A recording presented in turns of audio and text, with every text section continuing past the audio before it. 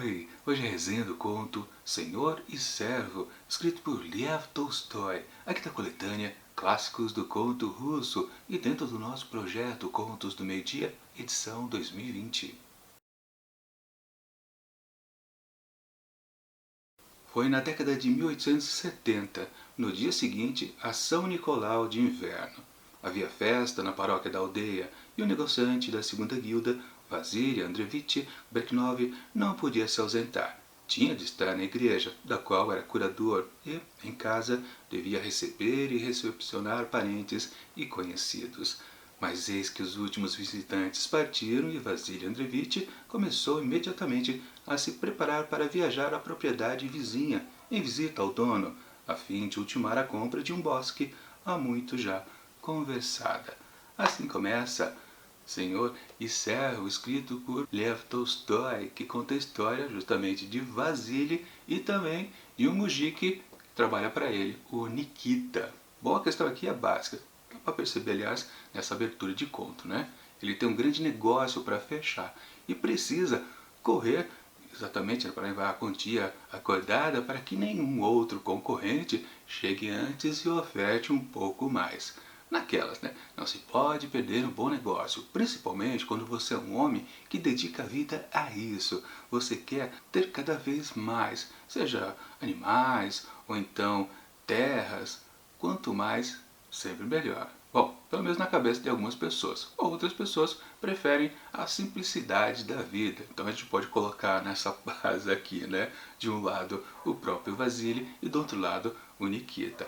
A questão importante aqui nessa história é que, sim, como ele tem que correr para não perder o negócio, ele precisa se dirigir àquela propriedade citada, que é um pouquinho distante. Obviamente, ele tem que se conduzir até lá. Só que estamos nessa época do ano com muita neve para lá e para cá, ou seja, o frio não pode ser um impedimento. De qualquer forma, Vasily fala para Nikita preparar lá o trenózinho com um bom cavalo e então partir para fechar o negócio. Só que a mulher do Vasily meio que se preocupa com o seu marido, né? Fala, poxa, você vai viajar por aí sozinho, você está com uma boa quantidade de dinheiro no bolso, não é muito bom, por que você não leva a Nikita com você? E claro, o Vasily fala, eu consigo me virar sozinho, não preciso da ajuda de alguém toda hora que eu saio na rua. Não, eu vou sozinho, mas Nikita meio que gosta da ideia de poder sair um pouco, né? E no final das contas, claro, Vasily, por culpa da mulher, né? Da ideia dela, ele acaba, tudo bem, vai Nikita, vem junto comigo, né? Pega um bom agasalho, porque a gente vai passar frio durante esta viagem. É curta, mas a gente pode pegar um pouquinho mais de neve por aí, né? Então não custa nada se proteger um pouco. Dito e feito, os dois partem em direção até aquela localidade lá para fechar o negócio. Mas você pode pensar, vai acontecer alguma coisa, né? Vai acontecer alguma coisa sim, mas eu não vou dar detalhes, porque senão estraga a experiência de quem ainda pretende ler este conto. Minha avaliação do texto. Uma coisa a ser dita logo de cara, porque logo depois que você lê poucos parágrafos, você percebe que a base dessa história aqui se assemelha muito com a outra que a gente viu algumas semanas atrás, que foi Um Barulho, que aliás me fugiu aqui o nome do autor deste outro conto. Deixa eu dar uma olhada aqui rapidamente. Sim, foi do Ivan Turgenev. Então, a história do Turgenev tem praticamente a mesma base que a história aqui do Lev Tolstói. Ou seja, da mesma forma, nós temos um senhor de terras que precisa se dirigir a uma certa localidade um pouco distante da sua casa e leva junto um funcionário, um mujik também. E claro, né, no final das contas, alguma coisa tem que acontecer nesta viagem, porque senão parece que não vai ter história. Literalmente, meio que a gente pressente isso quando começa a ler esse tipo de aventura, né? Duas pessoas andando sozinhas por uma certa localidade que pode ser perigosa. Já havia sido apontado por algum personagem que aquilo podia ser um tanto quanto perigoso, ou seja, dito e feito, acontece isso, algum perrengue pelo menos tem que acontecer.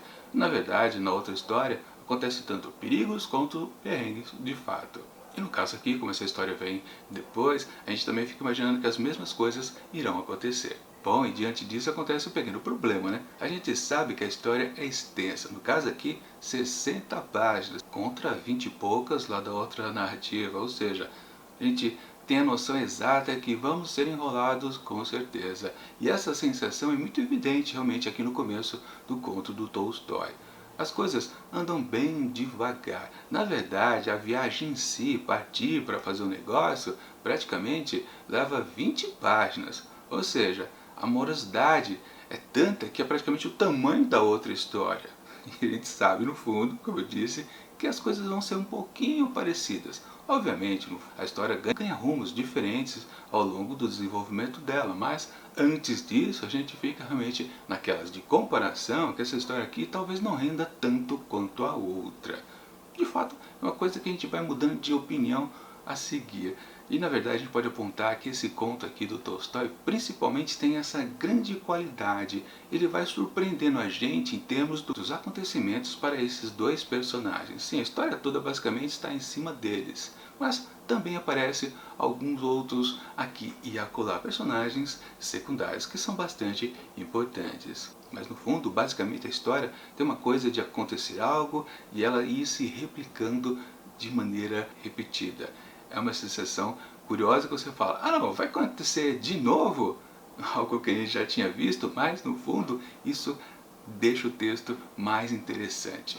Justamente porque ele oferece, com certeza, a questão do quanto é possível uma coisa ficar pior do que já está. Por isso que tudo acaba ficando muito mais instigante para o leitor que já leu a outra história. Claro, se você não leu aquela primeira, você pode achar que tudo está sempre num crescendo. Quem já leu Um Barulho sabe que há uma certa enrolação no começo, mas depois ela começa a ficar mais dinâmica e muito mais tensa. Lá, talvez o princípio maior era uma questão da violência que podia pintar ali no meio do texto. De fato, ela até aparece, mas o que temos nesse conto aqui é algo diferente. É mais uma questão da natureza contra o homem, principalmente. E claro, nas questões da teimosia dos senhores de terra que querem enriquecer e blá blá blá. Na verdade, se você reparar bem, né, muitas das histórias aqui presentes em melhores contos clássicos do conto russo, a gente percebe que é uma temática muito frequente entre vários escritores russos. Era um tema com certeza muito sagrado para eles, né? Meio que criticar quem tinha dinheiro e quem não tinha e sofria algumas consequências com isso. E diante disso a gente pode até pensar no desfecho aqui dessa narrativa, e a gente também lembra com outras, compara também o que a gente viu antes dos outros escritores. Ou seja, temáticas muito parecidas, mas desenvolvimentos completamente diferentes. Sim, eu posso dizer que aqui essa história de Lev Tolstói é muito mais forte, dá mais emoções pra gente sentir do que aquela outra lá do Turgenev, Um Barulho. Pois a primeira tinha uma questão mais de suspense. Aqui a questão é meio de sobrevivência, é uma tensão constante, você não sabe em que tudo isso vai se desdobrar, porque você tem certeza que a situação aqui é muito pior do que lá no outro conto. Mas claro, para quem está lendo isso aqui pela primeira vez e não tem nenhuma outra história para servir de comparação, aí sim, o tempo todo, depois que a história realmente começa, o clima de tensão não para, ele só vai aumentando cada vez mais. Mas claro que vale sempre são os personagens. Aliás, antes de falar dos dois principais, Vasily e Nikita, sim, aqueles outros que aparecem um pouquinho no meio da narrativa também são bastante interessantes. É quase pintando uma história adicional a essa principal aqui. Algo que me pareceu até quando ela foi apresentada que ia ocupar um grande espaço. E eu até pensei, ah, então é essa mesma história que o Tolstói estava querendo contar pra gente. Ele meio que estava enrolando esse tempo todo, aquela questão da mesma temática inicial, né, do servo que vai junto com o seu patrão para uma negociata. Não, na verdade não. Aquela história que meio que aparece ali no meio, ela até é pontuada lá um pouco ao desfecho, mas no fundo, só foi um jeito de enfeitar um pouco mais a história. E também, claro, as questões principais aqui do texto, que é o destino das pessoas. Com certeza é isso sim que esse texto quer dizer pra gente. Fazer a gente pensar sobre isso, na verdade. Porque o tempo todo que, aí voltando para os dois personagens principais, Vasily e Nikita, estão passando por seus perrengues, eles pensam muito na existência, o motivo deles estarem vivos. Porque tudo que eles fazem tem algum sentido ou não tem? É tudo meio que ao léu? Vale a pena viver daquela maneira?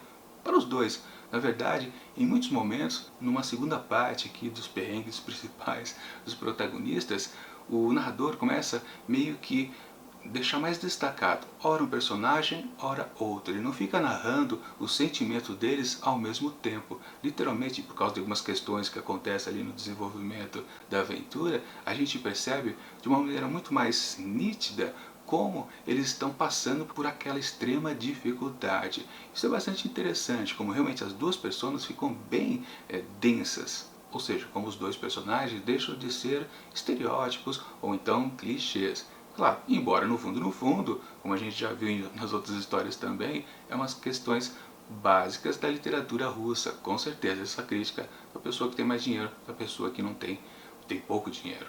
Como também daquelas coisas básicas também, né? De a pessoa que tem dinheiro se sentir um pouco mais intelectual e a pessoa que não tem posse se sentir uma pessoa que não tem cultura nenhuma, ser uma pessoa muito simplista. E naquelas, quem passa melhor pelos perrengues, estando numa situação ou na outra? Muita gente já tem a resposta, para falar a verdade, quando vê esse tipo de história. Mas, no fundo, sim, o que vale bastante aqui nesse conto é que os dois personagens ganham grande destaque, pois eles não estão ali apenas para servir de enfeite por uma ideia geral. Não, a gente consegue se envolver com a emoção dos dois, tanto de Vasily quanto também de Nikita. Assim, uma coisa importante a se dizer é a respeito do título da história, Senhor e Servo, como também o apontamento que a gente tem no rodapé aqui do livro, onde indica que, traduzindo lá do russo, o texto pode ser considerado como, em vez de senhor e servo, como patrão e empregado. Mas, para falar a verdade, como está traduzido aqui nessa edição pelo menos, pode ser que em outras realmente esteja patrão e empregado, mas no caso, senhor e servo, é interessante porque num momento da história se comenta exatamente algo a respeito de um ser superior. Aí sim a gente pode considerar que esse ser superior, né, Deus, seja o Senhor e servo, seja todas as pessoas. E essa situação limite no qual os dois personagens estão, com certeza, na avaliação da vida que eles estão vivendo naquele momento ou da vida que eles estavam antes disso, com certeza é uma questão de nossos destinos já estão traçados há muito tempo, talvez. E sim, as 30 páginas finais aqui desse conto realmente são empolgantes. A gente não sabe como tudo pode terminar, porque também tem umas reviravoltas aqui e acolá, literais pegadinhas do narrador. Mas no fundo, tudo funciona de uma maneira que não soa forçado, o que também estragaria o texto se tudo soasse como uma coisa meio moralista, querendo pregar uma visão de mundo. Não é o que acontece. Ou pelo menos se acontece, é de uma maneira bem suave e não chegou a me incomodar.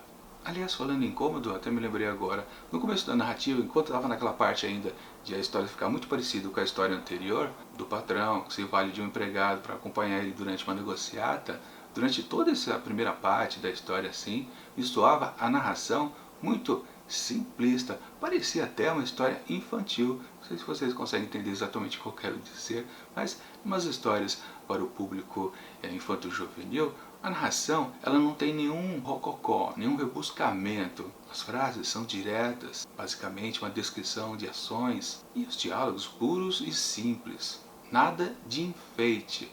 A coisa muda realmente depois quando eles estão na fase dos perrengues, dos perigos que eles têm que enfrentar por causa da natureza. E aí sim, o narrador da história, ou a forma narrativa mais especificamente, ela fica assim mais rebuscada. É curioso como o narrador ele sofre uma certa transformação, até talvez para meio que passar para o leitor que realmente as coisas estão mudando, há uma reflexão maior. Pois se havia um simplismo narrativo no começo do conto, depois ele vai se adensando, inclusive naquela parte que eu achei bastante interessante, de a gente realmente sentir a emoção de cada um dos protagonistas de maneira distinta, literalmente porque o narrador ele foca ora no personagem e ora no outro. Talvez, inclusive, se ele continuasse com a mesma batida que ele tinha lá no começo, daquela coisa muito simplesinha para um público infantil, eu talvez não gostasse desse conto. Mas, como a forma narrativa ela vai se evoluindo, me chamou bastante atenção e talvez me tenha feito sentir mais sentimentos por cada um desses dois personagens. Ou seja, é uma história convincente. Não quero dar muitos detalhes, aliás, eu não dei muitos detalhes a respeito da história, justamente porque qualquer ideia que eu possa passar para vocês, a emoção vai se esvaindo, porque é um crescendo que a gente precisa estar nessa história. A gente precisa estar se envolvendo por cada um dos personagens de maneira bem devagar, pois depois, quando chegam os clímax, e são vários, você sente que a gente pode perder esses personagens. Portanto, é uma história que quanto menos você souber, melhor. Apenas aquele básico que é uma história banal, né? Tudo bem. Depois disso, muda bastante. Ou seja, se você leu outro conto, Um Barulho, do Turgenev, e achou mais ou menos, com certeza esse aqui você vai gostar mais, muito mais. Enfim, para Senhor e Servo, escrito por Lev Tolstói, eu atribuo, fácil talvez, 5 asteriscos. No começo eu achei cansativa a leitura, depois eu fui me envolvendo e gostei bastante. É sensacional sim, este conto. E falando em sensacional, no próximo vídeo vamos para Machado de Assis, aqui com a coletânea Mulheres de Machado, com certeza analisando mais uma persona feminina machadiana. Vamos ver qual será a próxima. Mas, enquanto esse vídeo não chega, eu deixo aqui do lado dicas de outras resenhas que já aconteceram aqui dentro do projeto Contos do Meio Dia, edição 2020. E tchau!